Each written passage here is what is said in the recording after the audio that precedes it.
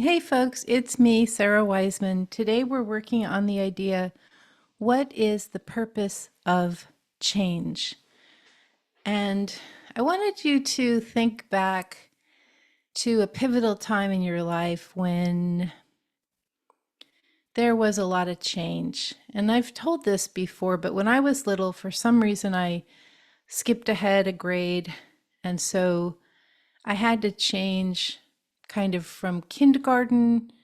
I moved into first grade all in like a couple weeks. So I don't really recall what that was all about, but anyway, that was my experience. And so one thing, in kindergarten we had cubbies, and in first grade we had lockers, and I was just overwhelmed with anxiety because this is the type of child I was. I was overwhelmed with anxiety that I wouldn't be able to work the locker.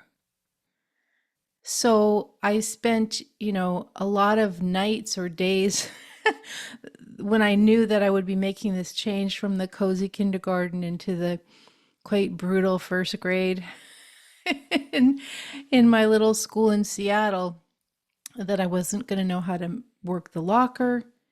And, I would be shamed, embarrassed. I have no idea what I thought would be the big punishment for that, but it was a big deal. And then, of course, I went up to first grade, and after a couple days, I knew how to work the locker, and it was no big deal. And by then, because it's the type of person I am, I probably had a different worry. Like, well, I did. Like, how do you buy your lunch in the lunch line? Like, so my life, probably not yours, but my life was consumed with this future worrying about what was going to happen. A lot of future thinking then, and actually, uh, one of the things I work on now. Like, I see ahead, and so this creates a lot of stress.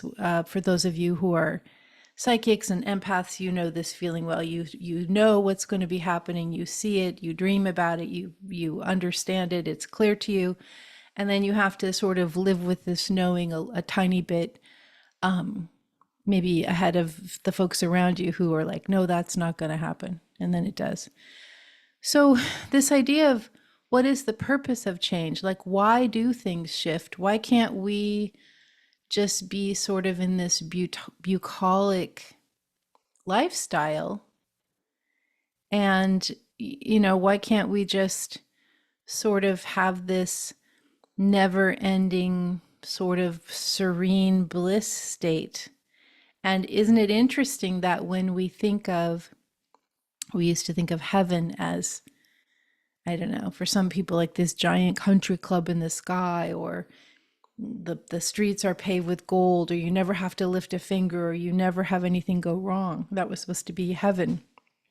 You just sit around with the saints, just beaming at each other, and that's heaven.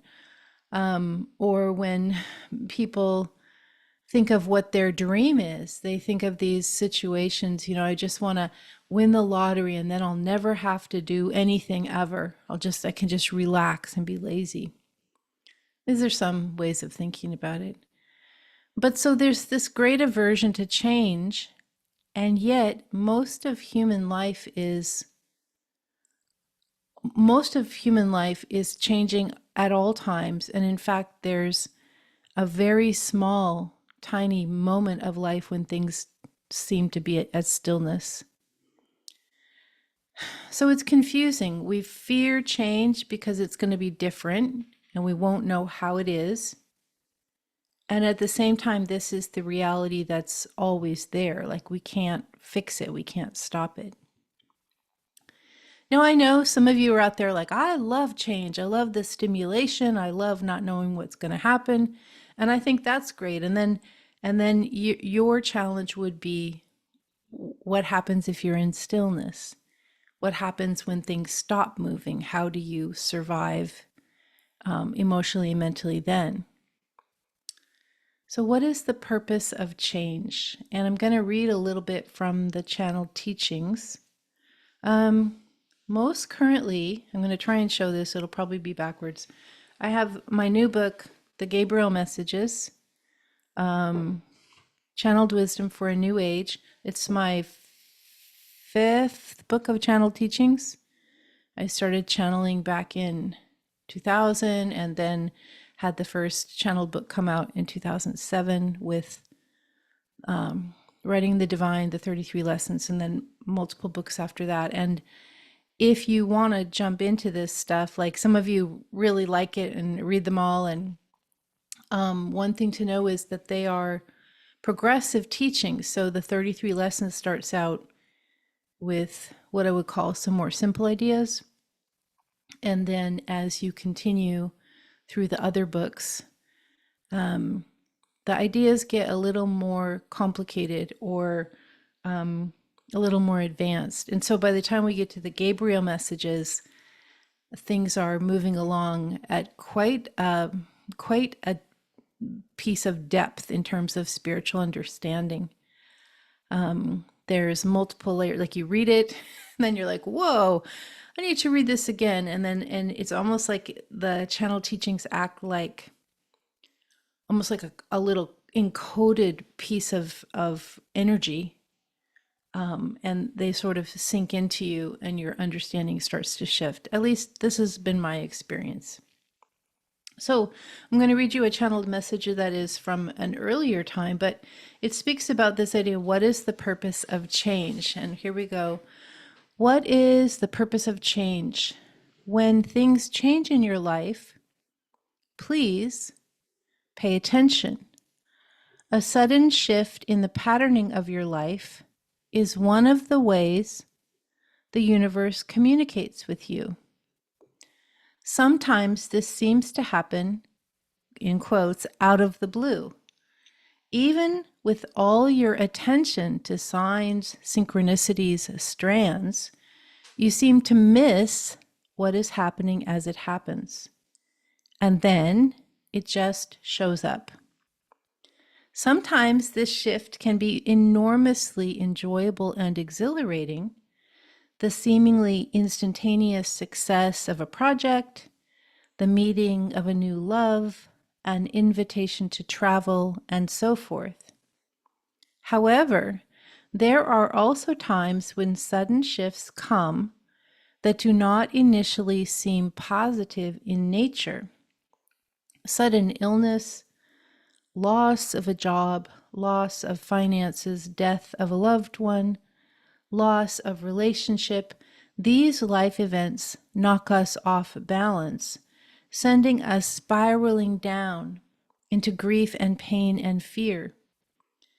These events, also guidance from a benevolent universe, are not so easy to swallow. Remember, you are here for soul growth. And, at some level, I'm quite resistant to this message. Like, what? Soul growth means we just have to put up with, the bad stuff? Like, that seems highly unfair. Why do we bother with soul growth if it's just going to lead to, more suffering? On the other hand, when things are going really happy, you're really good, and I'm really happy, like this great thing's happening or this great thing's happening, then of course I forget my resistance and I'm like, yeah, this is amazing. This is because I've just been doing my spiritual practice and, working so hard on my soul growth. So of course I'm rewarded with, the good stuff. And actually both of those are wrong. I still continue to I still continue to think them, but both of those are wrong, right? I think it's important to start thinking about ourselves not as individuals with such importance, but as souls that are part of collective. We are pieces of consciousness that are not on our own. We do not create on our own. We do not affect on our own. We do not change on our own. We change as part of the greater collective. And this is what we're starting to work on as a group of conscious people, and actually with all the consciousness that's coming, not just in human form. When we think of change, we often think it's personal. This bad thing happened to me. This good thing happened to me. Sometimes, if we think of change, we see things on the world stage. Right now, immense suffering from wars, violence, addiction, poverty, racism, genderism, natural disasters, the ecosystem really, really struggling. So sometimes we can see the changes on the world stage and identify as this is not apart from us. Maybe we're being directly affected, maybe we're not being affected in a direct way, but this is not apart from us. We are not separate from this. We have the empathic understanding to understand we're part of this and we're feeling it too. And this is more the correct view, to understand that soul growth does not mean me doing my self-care, me working on myself, or you doing all the things that you're supposed to do and all the practices you're supposed to do, and then change coming from that. What we're talking about when we talk about soul growth is the growth of collective soul. And this is why change is happening, because we as collective soul are finally starting to mature. And so we are creating shifts in reality because we are changing. Our internal change, not just personally, it's part of it, but it's not the whole story.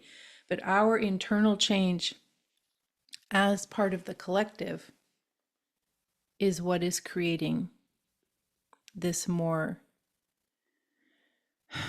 global shift.